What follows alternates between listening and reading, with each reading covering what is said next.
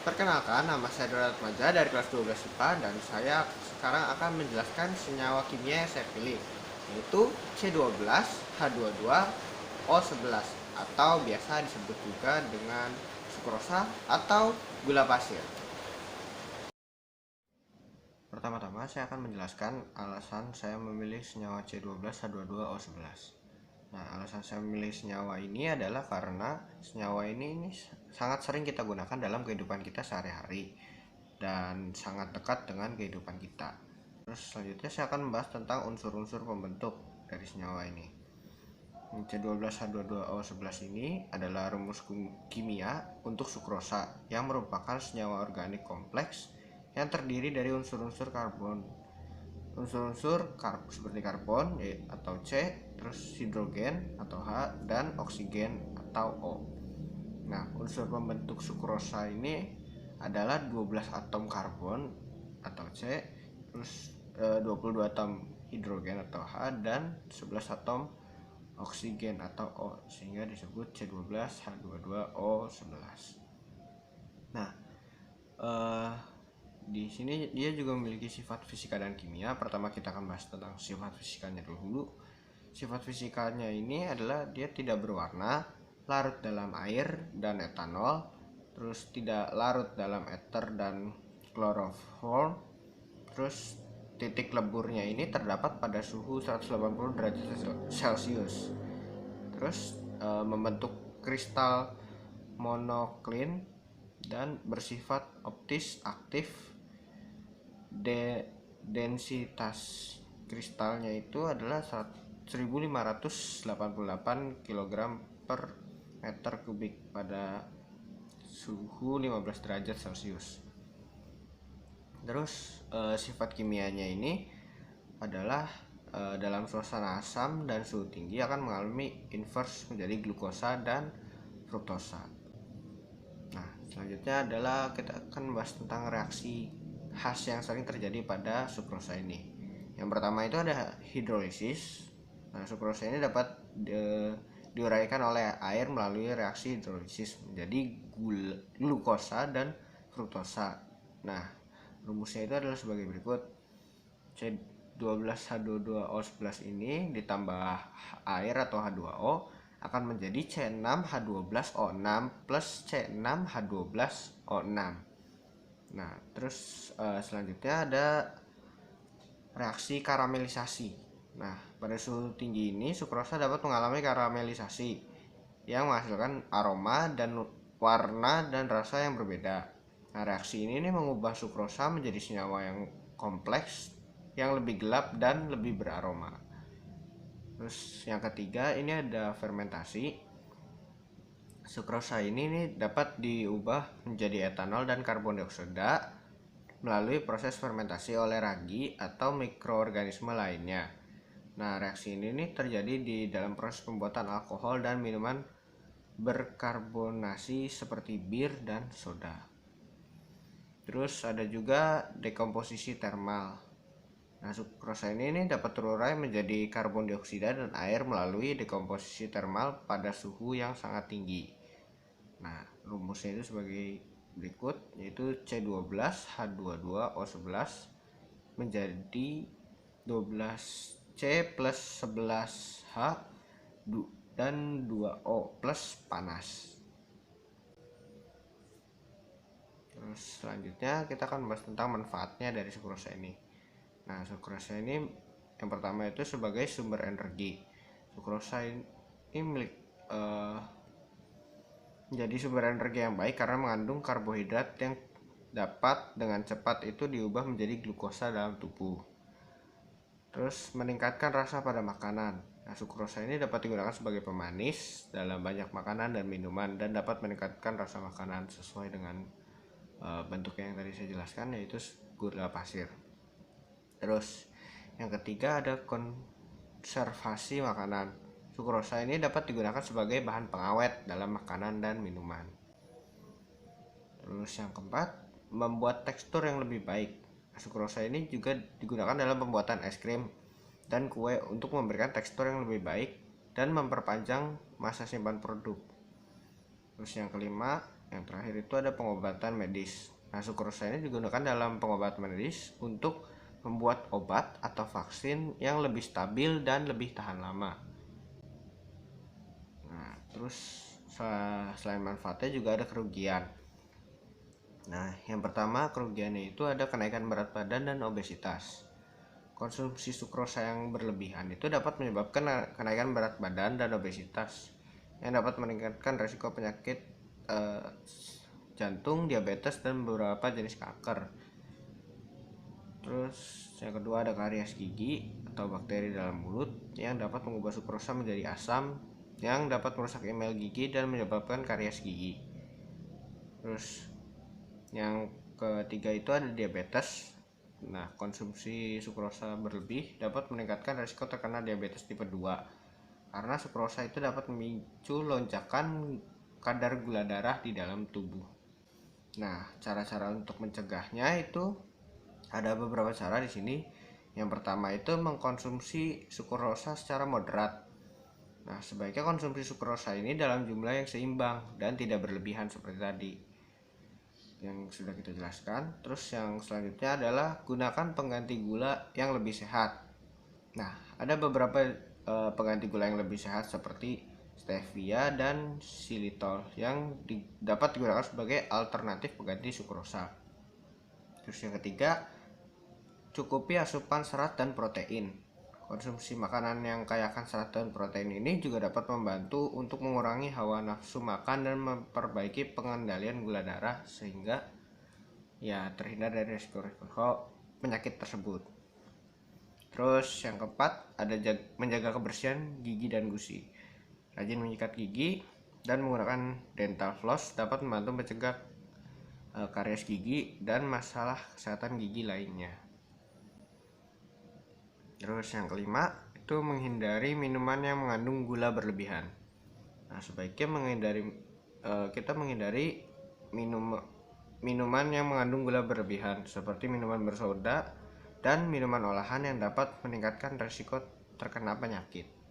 Oke, selanjutnya saya akan membahas tentang bagaimana cara penyimpanannya. Nah, yang pertama itu kita harus menyimpannya di tempat yang kering. Sukrosa ini rentan terhadap kelembapan sehingga disarankan untuk menyimpannya di tempat yang kering dan terhindar dari udara lembab. Terus yang kedua, simpan di tempat yang sejuk. Sukrosa dapat teroksidasi dan mengalami kerusakan jika disimpan pada suhu yang terlalu tinggi. Maka dari itu kita harus menyimpan sukrosa pada suhu kamar yang sejuk dan terhindar dari suhu panas atau terik matahari langsung. Yang ketiga, gunakan wadah yang kedap udara. Nah, sukrosa ini sebaiknya disimpan dalam wadah yang kedap udara dan rapat, seperti kantong plastik kedap udara atau wadah kaca yang tertutup rapat. Yang keempat dan yang terakhir itu jauhkan dari bahan kimia. Sukrosa ini sebaiknya tidak disimpan bersama dengan bahan kimia seperti deterjen, obat-obatan, atau bahan kimia lainnya yang dapat merusak atau mencemari sukrosa. Selanjutnya kita akan membahas tentang struktur molekul dari sukrosa ini. Maaf apabila gula atau sukrosa terdiri dari dua molekul gula yang berbeda. Terima kasih. Yaitu pertama glukosa dan yang kedua itu adalah fruktosa yang terkait bersama melalui ikatan kimia. Nah, ikatan ini terbentuk melalui reaksi dehidrasi antara gugus hidroksil OH pada karbon ke-1 pada glukosa dan karbon kedua pada fruktosa. Nah, proses ini menghasilkan ikatan glikosida sehingga menghasilkan sukrosa. Nah, struktur sukrosa ini juga memiliki cincin beranggota 12 yang terdiri dari 6 atom karbon dan di glukosa dan 6 atom karbon di fruktosa. Pada suhu tertentu, sukrosa membentuk kristal putih yang berbentuk mirip butiran garam. Nah, struktur molekul glukosa memberikan sifat-sifat khas seperti rasa manis, kelarutan yang tinggi dalam air, dan stabilitas yang tinggi dalam kondisi yang kering. Dan struktur itulah yang biasa kita temui pada kehidupan kita sehari-hari, yaitu adalah gula pasir. Selanjutnya kita akan membahas tentang reaksi redoks yang terjadi pada sukrosa. Sukrosa ini dapat diubah menjadi energi melalui reaksi redoks dengan menggunakan oksigen juga. Nah, reaksi ini menghasilkan karbon dioksida atau CO2 dan air atau H2O sebagai produk sampingannya. Nah, reaksi redoks dari sukrosa ini dapat dijelaskan sebagai berikut, yaitu memiliki rumus C12H22O11 plus 12O2 yang akan berubah menjadi 12CO2 plus 11H2O plus energi. Nah, dalam reaksi ini, sukrosa ini akan bertindak sebagai bahan reduktor yang kehilangan elektron dan oksigen bertindak sebagai bahan oksidator yang akan menerima elektron tersebut. Nah, dalam proses ini, karbon dioksida dan air dilepaskan dan energi dilepaskan. Nah, proses ini terjadi pada banyak organisme termasuk manusia saat sukrosa dan senyawa organik lainnya itu diubah menjadi energi yang dapat digunakan oleh tubuh. Nah, proses ini juga terjadi pada tumbuhan melalui fotosintesis, di mana karbon dioksida diambil dari udara dan diubah menjadi sukrosa dan senyawa organik lainnya dengan bantuan energi dari cahaya matahari.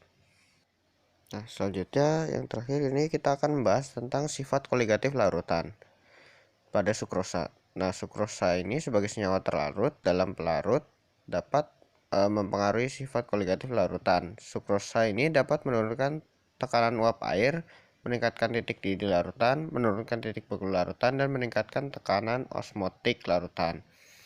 Nah, hal ini tuh terjadi karena sukrosa sebagai molekul yang besar membutuhkan lebih banyak ruang dalam larutan daripada partikel air yang lebih kecil daripada sukrosa ini. Nah, oleh karena itu, konsentrasi partikel dalam larutan ini meningkat ketika sukrosa itu ditambahkan, dan ini menyebabkan perubahan sifat koligatif larutan. Nah, contohnya itu ketika sukrosa ditambahkan ke dalam air, maka titik didih larutan meningkat, dan titik beku larutan itu akan menurun dibandingkan dengan air yang murni yang tidak dicampur dengan apa-apa gitu. Nah, ini terjadi ketika tekanan osmotik larutan itu meningkat sehingga suhu yang lebih tinggi diperlukan untuk membawa air menjadi uap dan suhu yang lebih rendah diperlukan untuk membekukan larutan. Nah, dalam aplikasinya itu biasanya digunakan dalam industri kuliner, dan sifat koligatif ini dimanfaatkan misalnya dalam pembuatan es krim gitu. Nah, penambahan sukrosa dalam pembuatan es krim ini dapat menurunkan titik beku larutan, sehingga es krim ini menjadi lebih lembut teksturnya dan tidak membeku keras ketika disimpan di dalam freezer. Oke, sekarang saya akan melakukan sebuah praktikum sederhana mengenai sifat koligatif larutan pada sukrosa atau gula pasir. Dan berikut adalah videonya. Ya, jadi di sini alat dan bahan yang kita perlukan pertama ada sendok, terus ada panci, ada gelas, dan ada airnya yang berisi segini, dan terus juga ada gula di sini. Kita akan melakukan percobaannya. Yang pertama kita akan mendidihkan dulu air biasa, dan kita akan melihat berapa waktunya dalam proses air tersebut menjadi mendidih.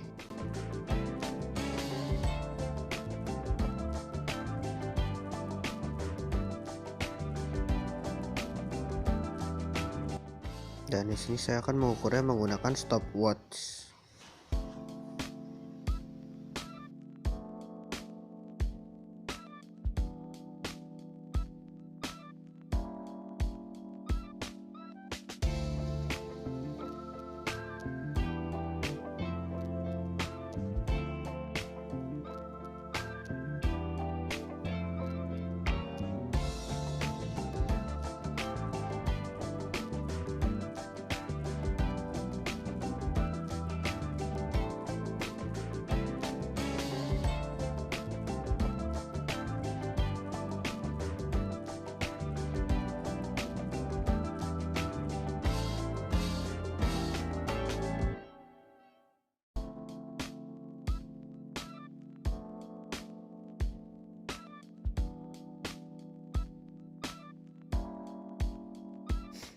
Dan hasilnya air ini sudah mendidih pada waktu 49 detik. Nah, selanjutnya kita akan mencoba untuk meletakkan gula ini dan melarutkannya ke dalam air yang ada di gelas ini. Dan baru setelah itu kita akan memanaskannya dan melihat dia akan mendidih pada waktu berapa lama.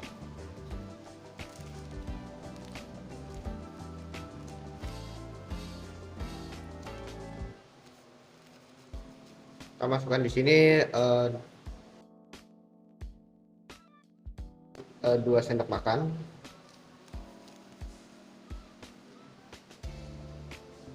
Dan setelah itu kita larutkan. Dan setelah sudah larut, kita masukkan air gulanya ini ke dalam panci seperti tadi. Setelah itu kita akan memanaskannya lagi. Dan di sini sama seperti tadi, saya akan mengukurnya menggunakan stopwatch.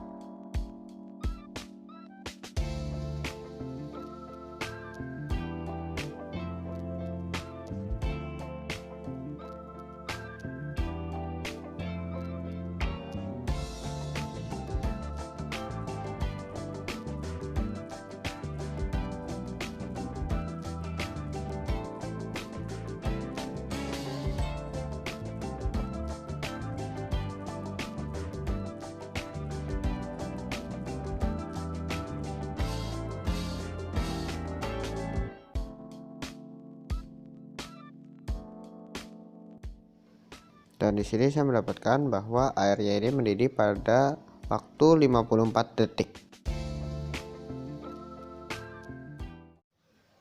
Nah, jadi dari percobaan yang tadi kita lakukan, kesimpulannya adalah terbukti bahwa sukrosa itu dapat mempengaruhi sifat koligatif larutan, yaitu menaikkan titik didih larutan. Karena dari percobaan yang kita lakukan, dibutuhkan waktu yang lebih lama untuk membuat larutan air gula menjadi mendidih dibandingkan dengan waktu yang dibutuhkan untuk mendidihkan air biasa.